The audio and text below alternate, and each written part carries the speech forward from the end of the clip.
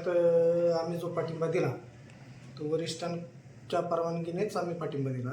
आणि त्या अगोदर आम्ही एक उमेदवार देण्याचा प्रयत्न केला होता आणि तो उमेदवार प्रभाग क्रमांक 11 जो उमेदवार आमच्याकडे मागच्या वेळेस आपण 11 ठिकाणी उमेदवार दिले होते.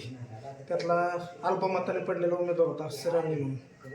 त्या उमेदवाराला भारतीय जनता पक्षाच्या लोकांनी आणि त्यांच्या कार्यकर्त्यांनी त्यांचे सीट्स सेफ होतील ह्या हिशोबाने त्यांनी त्याला प्रेशर करून तो उमेदवारी अर्ज मागारी किंवा पाठिंबा घ्यायला लावला आणि त्याचा जबरदस्ती त्या ठिकाणी प्रवेश करण्यात आला. तर हे काही मी बोलतोय ना, असं उमेदवाराने त्यानंतर प्रवेशानंतर मला फोन केला, माझी सीडीआर वाटल्यास तपासत नाही. तर त्यानंतर ते लक्षात आलं की ह्या लोकांना आपला पक्षच वाढून देत नाही. आणि त्यानंतर वरिष्ठ पातळीवर चर्चा केल्यानंतर त्यांनी सांगितलं की रोहितदादा पवारांना तुम्ही मदत करा, आपल्या पक्षाचा पाठिंबा द्या. वरच्या आदेशानुसार मी पाठिंबा दिलेला आहे. आणि या आगामी काळात ज्या जिल्हा परिषद पंचायत समिती निवडणुका येणार आहेत त्यात 9 पैकी 9 ठिकाणी 6 पंचायत समिती आणि 3 जिल्हा परिषद ठिकाणी आपण उमेदवार देणार आहोत. जर उद्या सन्माननीय आमदार रोहितदादा पवार यांच्याबरोबर सकारात्मक चर्चा झाली आणि त्यातून एका दुसरी सीट जर आम्हाला मिळली तर त्या संदर्भात नक्कीच विचार केला जाईल. म्हणजे कर्जतचे कुठल्या तरी आघाडीचे अध्यक्ष आहेत असं समजलं मला, ते ऐकायलाही मिळालं. तर सुनील यादव ज्यांनी जी टीका केलेली आहे, ज्यांनी जे स्वतः काचेच्या घरात राहतात त्यांनी दुसऱ्याच्या घरावर दगड मारण्याचा काहीच अधिकार नसतो.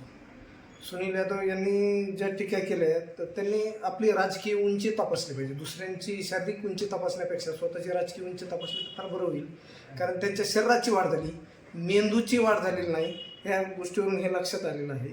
आणि हे जे यादव म्हणून जे महाशय आहेत ते कुठल्या तरी आघाडीचे शेतकरी आघाडीचे काहीतरी अध्यक्ष आहे. हे महाशय 10 दिवस कुठं होते? हे कर्जतचे आहेत ना. जामखेड नगरपालिकेत ह्यांची किती मतं, ह्यांचा किती इफेक्ट आहे, इथं प्रभाव आहे.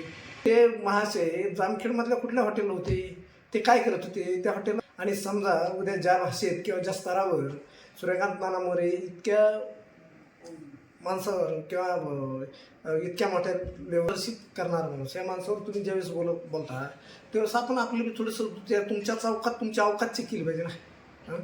आणि तुम्ही करताना काय करता, आणि तुम्ही नको ते शब्द हे करता. उद्या जर 400 भारतीय दंडविधान 499/500 खाली जर आबरू नुकसानीचा दावा दिला तर महाशय आपली परिस्थिती काय होईल?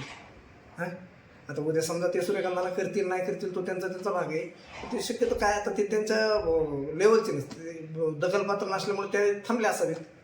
हेच जर महाशय दखलपात्र असते त्यांनी आतापर्यंत आबरू नुकसानी दावा केला असता त्यांच्यावर. म्हणजे ते उद्या नाना काय करतील किंवा काय ते राष्ट्रवादी काँग्रेस पार्टी शरदचंद्र पवार पक्ष काय करेल हा बाजूचा भाग आहे. पण ते त्यांना जर उद्या वाटलं की यांनाही करायचं तर गांभीर्याने जर यांनी दखल घेतली तर सनदशीर मार्गाने दखल घेईन. त्यावेळेस त्यांना कळेल की आपल्या मागं कोण उभारतं, हे लक्षात येईल त्यांना की असे परिणाम काय होऊ शकतात. आर्टिकल 499/500 कारण ते त्यांची बाईटच उसाच्या फडातून आहे. त्यांना माहीतच नसेल भारतीय दंडविधान काय आहे म्हणून. ते समजून जाईल त्यांना. तर काय नाही फार चर्चा करण्याची गरज नाही. आता त्या बाईटमध्ये ते बोलता बोलता दुसरी एक गोष्ट बोलून गेले की सूर्यकांत नानामुळे अनेक लोकांनी आत्महत्या केल्या. त्याचा कुठे NC आहे का, त्याचा अर्ज आहे का, रेकॉर्डेड FIR आहे का, रेकॉर्डेड डॉक्युमेंट काय यांच्याकडे? निराधार गोष्टीचं कुठलं तरी उचलली जीवन लावले टाळायला तुम्ही काहीच बोलणार. ह्या अशा निराधार गोष्टी बोलणे आणि ही काय पक्षाची थरदार माणसं नाही, ही अधिकार शून्य माणसं आहे. ही कुठल्या आघाडीत त्या आघाडीला किती महत्व आहे ते आपण पत्रकार मंडळी जाणत असाल. त्याला काय फार महत्व देण्याची फार आवश्यकता नाही. पण किती लोकांनी आत्महत्या केल्या, ह्यांच्यामुळे आत्महत्या केल्या असं उद्या आम्ही आरोप लावला तर किती पद्धत आहे आम्हाला एव्हिडन्स द्यावं लागतील कोर्टात.